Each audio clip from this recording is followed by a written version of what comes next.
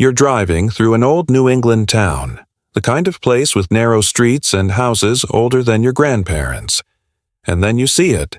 A house with two front doors, side by side, both facing the street, both looking equally important.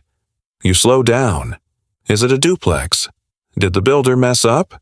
Some kind of weird 1800s design trend that just never made it to your neighborhood? You keep driving. You forget about it by the next block. Here's the part that should genuinely stop you. Those two doors weren't a mistake, and they weren't decoration. One of them was built for you, the guest, the visitor, the person walking up the path on an ordinary Tuesday. And the other one, according to more than one family who actually lived behind doors like these, existed for something far stranger. A door meant only for the dead. So the question is simple. Why did houses need two front doors at all?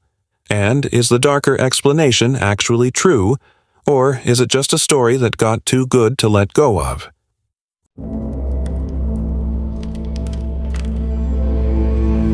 Rewind to the 1700s and 1800s in New England, Pennsylvania, and up through the mid-Atlantic states. Houses back then weren't organized the way yours is now.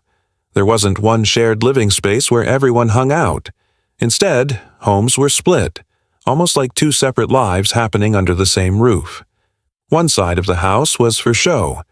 A formal parlor, kept spotless, furniture untouched most days, reserved for guests, for special occasions, for the moments when a family needed to look their absolute best. The other side was for living. A keeping room, a kitchen, the space where actual life happened, meals cooked, chores done, kids underfoot, nothing pretty about it. And here's where it gets practical. If your house is split like that, why would you make every single visitor walk through your messy kitchen just to reach your formal parlor? You wouldn't. So builders gave each side its own door. One opened straight into the parlor for guests. One opened straight into the keeping room for family. Nobody had to walk through anybody else's space to get where they were going. It sounds almost obvious once you hear it explained. A house with two very different purposes just needed two very different front doors. But here's a detail worth sitting with for a second. This wasn't a rare, isolated quirk you'd stumble across in one lucky town. Historians who've cataloged these houses have found the pattern repeated across Pennsylvania, New Jersey, and up through New England, especially in Georgian and federal-style homes built between the mid-1700s and the early 1800s. Whatever was driving this design choice, it wasn't a one-off. Enough families, in enough different towns, independently landed on the same solution to the same problem. This is the dark origin. And if stories like this are your thing, hit subscribe now, because we dig into the objects and details you walk past every single day without ever once asking why they look the way they do. Drop a comment telling me what everyday thing you want us to dig into next, and we'll go find the answer.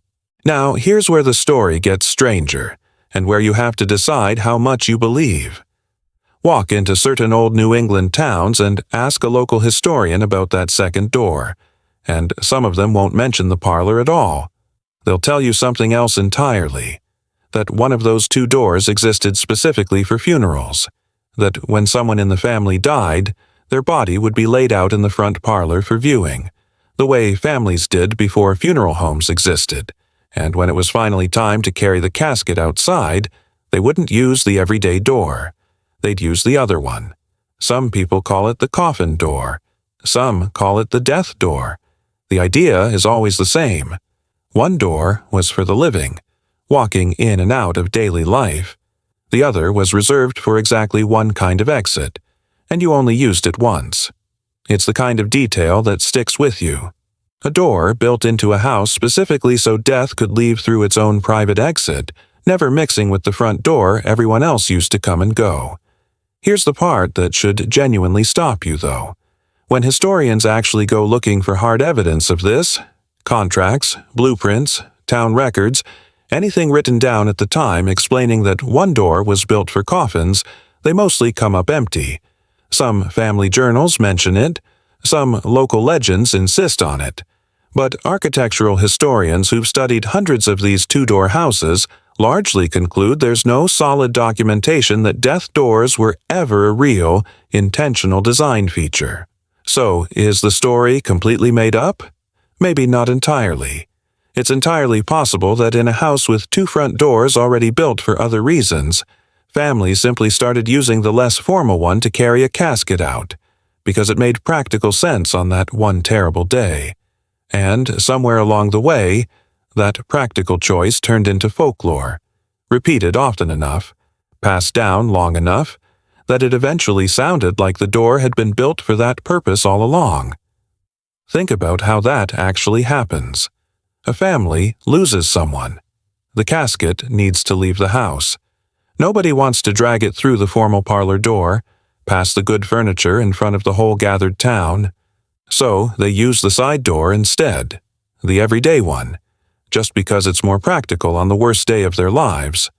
That happens once. Then it happens again, in the house next door, for the exact same practical reason. After a generation or two of this, nobody remembers the practical reason anymore. All they remember is, that's the door we use for funerals. And just like that, a coincidence starts sounding like a rule. It gets stranger, but not in the way you'd expect. Because right alongside the death door legend, historians point to a handful of far less dramatic explanations. And honestly, these are probably doing most of the real work. Glass, back then, was expensive. Genuinely expensive. It either had to be shipped across an ocean from Europe or made locally by a specialized glassmaker, and either way, it cost real money. Doors used far less glass than a full window. So, for a family trying to add light or symmetry to their home's front without paying for another window, a second door was often the cheaper option. Then there's status. Plain and simple. A house with two front doors looked like it had more rooms behind it, which looked like more money, which looked like a family doing well for itself. If your neighbor built a house with one door and you built one with two, everyone walking past knew exactly which house belonged to the family doing a little better. And then there's something almost nobody thinks about today: airflow. Before air conditioning existed, opening both front doors at once could pull a genuine crossbreeze straight through a long central hallway, cooling the whole house in a way one door alone never could. In the middle of a brutal, humid summer with no other way to cool down, that wasn't a small detail. It was survival. So, somewhere between formal versus everyday living, expensive glass, social status, and basic summer survival, you've got four completely reasonable explanations, none of them involving anything supernatural at all. And here's the thing that actually convinces most architectural historians. It probably wasn't just one of these reasons. It was likely all of them at once, layered on top of each other, reinforcing the same design choice from four different directions. A family that could afford a second door for guests also happened to save money on glass, also happened to look a little wealthier to the neighbors, also happened to get a cooler house in July. When four separate incentives all point toward the exact same decision, that decision stops looking mysterious and starts looking almost inevitable. Here's the part that's honestly the most interesting piece of this whole story. The boring explanations are almost certainly the real ones. And yet, if you ask around in old towns today, the death door story is the one people actually remember and tell. Think about why that happens. We added a second door because glass was expensive is true, but it's forgettable. It explains nothing about how a family felt walking past that door for the rest of their lives. This door only opened once. To carry someone out for the last time, on the other hand, is the kind of detail that sticks in your chest a little. It turns an ordinary architectural choice into something that feels loaded with meaning, whether or not it ever actually happened that way. That's not a coincidence, and it's not unique to this one story. Give people a mundane explanation and a haunting one for the exact same detail, and the haunting one usually survives longer, gets repeated more often, and eventually starts sounding like established fact, even when the actual evidence points somewhere far more practical. You can watch this same pattern play out with dozens of other everyday objects once you know to look for it. A plain, practical explanation exists, well documented, thoroughly boring, and completely correct.